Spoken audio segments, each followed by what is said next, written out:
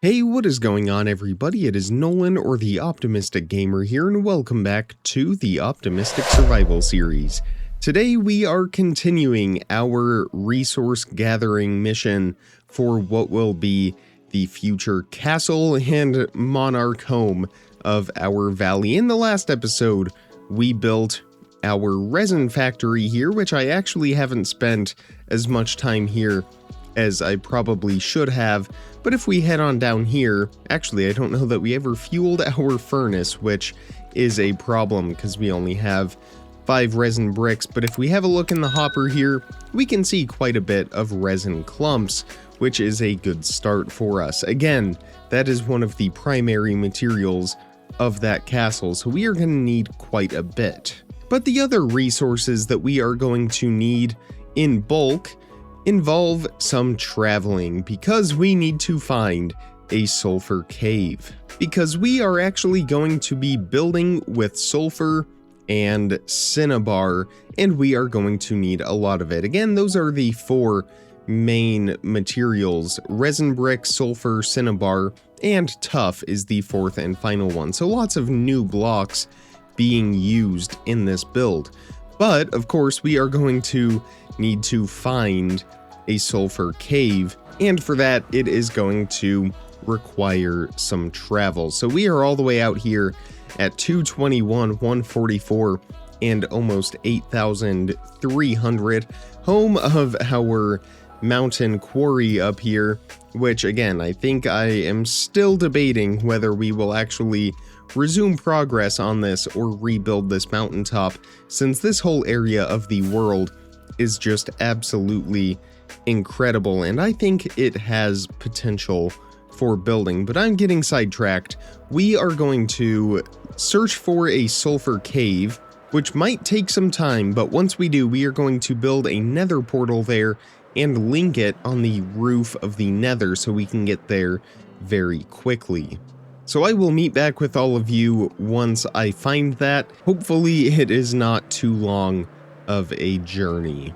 That actually didn't take too long, but I have discovered a sulfur cave not too far either, about 4,000 or 5,000 blocks away, and we have a big geyser going as well up here at the surface. I did find a very, very large cave underneath a swamp not too far from here, and used our last 2 night vision potions that we had on hand to find about another 1.5 stacks of diamonds. I figured we'd make the most out of this journey, but underneath us we have a sulfur cave, which is fantastic. So of course we will go down under this cave, we will set up a nether portal.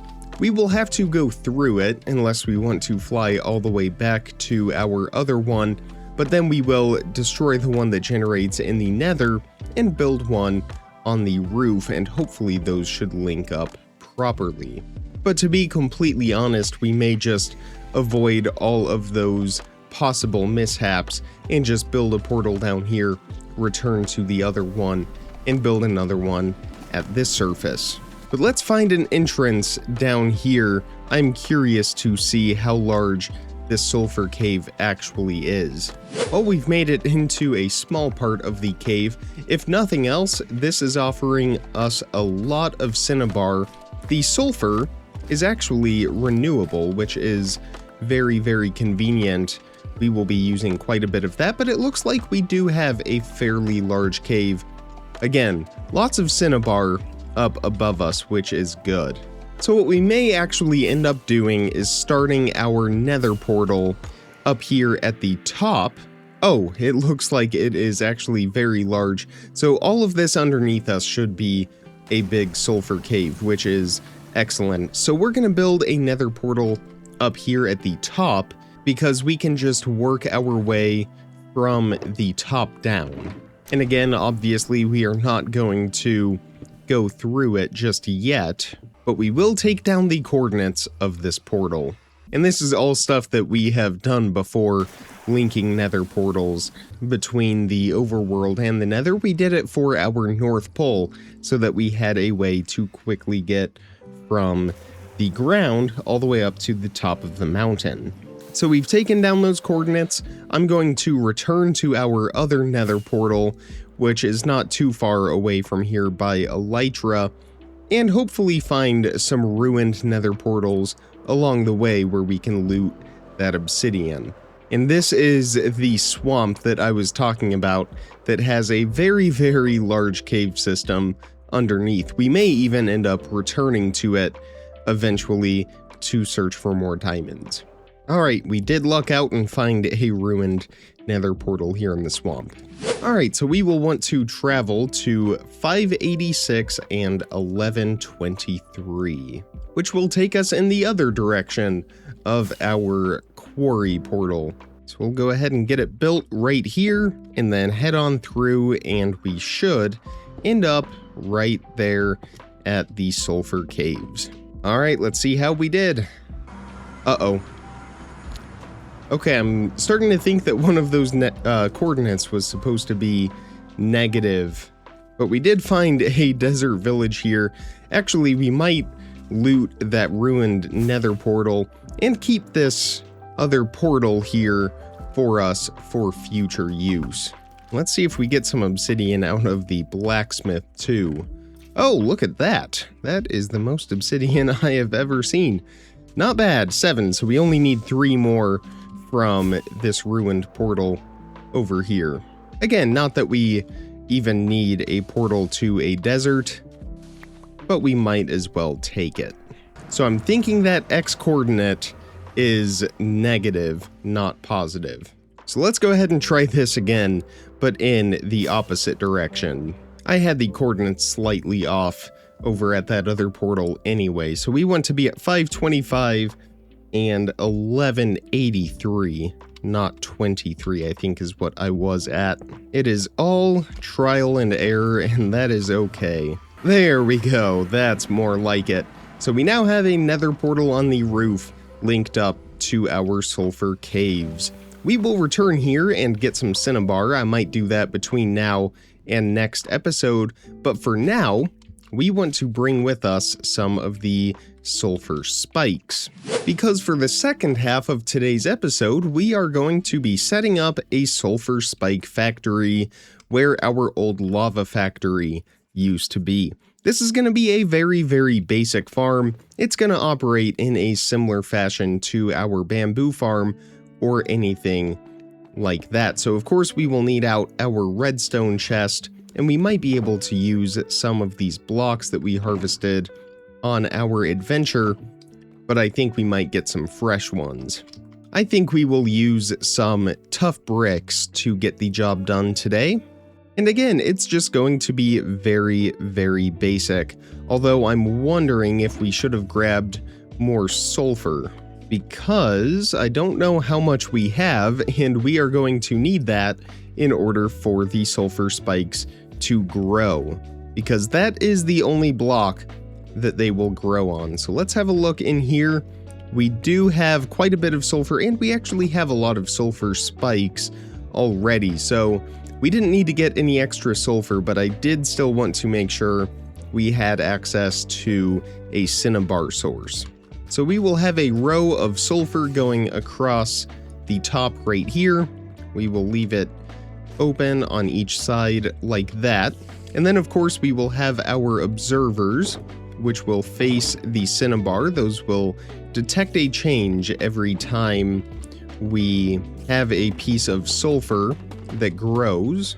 When that happens, it will activate our pistons, which will push that new layer of sulfur spikes over a row of hoppers, which will gather all of those sulfur spikes and put them into a chest. We could set up an automated crafter for all of this, but the recipe to make polished or regular sulfur from the sulfur spikes is so simple, there's really no reason to. And then we will want to make the farm look nice as well, and we will also need our redstone here on the back so that when it does detect a change, those pistons can fire. Like I said, we are just going to make this look nice, so we are going to surround it with some tuff like this. I think we'll go ahead and do a frame like so, and then cover up the hoppers here in the front as well. Here on this side, we will do some upside down stairs so that we can have a chest placed over or placed under these stairs right here. But we will make it so that it doesn't look like we have any actual stairs right there. And of course, we will need some chests. We'll go ahead and get those chests placed. And the farm is pretty much all set up. We are going to cover the front of it with glass, and we might actually want to do glass blocks. I guess we'll see how it goes. I'm going to AFK here for about 10 to 15 minutes so we can see how much sulfur we are getting. And I did realize just now one minor adjustment that we need to make with this farm. Otherwise, it's not going to work properly, and that would not be good. So we need to go ahead and raise this row of sulfur by 1 block, just like that. That way, when it grows, the observers can actually detect it. We will just extend our tuff up by 1 more layer, and I think we will hide that top layer of sulfur as well, just like that. I might play around with the roof design in here a little bit more, make it look a little nicer, more polished, but overall, that should work pretty well for us. We'll go ahead and do 1 more layer of tuff across the back, and like I said, I'm just going to AFK for 10 to 15 minutes. We will see how much sulfur we get from this farm, and then figure out how long we will need to AFK in order to get the amount of sulfur bricks that we are going to use. So I will see all of you folks very soon. Well, actually, scratch that test, because I was reading up on the Minecraft wiki a little bit more and discovered that sulfur spikes take on average 100 minutes or 5 in-game days to grow 1 stage. And I also just discovered one other flaw with our farm. Anyway, we want to have the pistons above the observers, not below. So I'm going to go make some adjustments to this real quick, and then I think we will call it a day. Alright, so those observers are realigned the way they should be. So now when the sulfur spikes get down to 3 spikes in length, those pistons will fire from the top, and there we have our first one right in front of our eyes. So once that grows 1 more, it will fire all of the pistons, collect all of those sulfur spikes into this chest, and we can turn them into sulfur blocks. Of course, it will take a while. Luckily, it is in a pretty central location that will be loaded in most of the time. But that is where we are going to end things for today. I really hope you enjoyed this episode. Next time, we are going to begin work on that castle.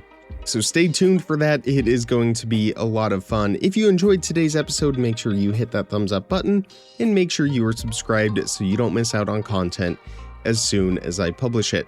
If you want to take your support to the next level, consider becoming a channel member. All of the information about that is in the description as well. And with all of that being said, comment, like, subscribe. Remember to stay optimistic, and I will see all of you in the next video. Thank you so much for watching, everybody. Bye.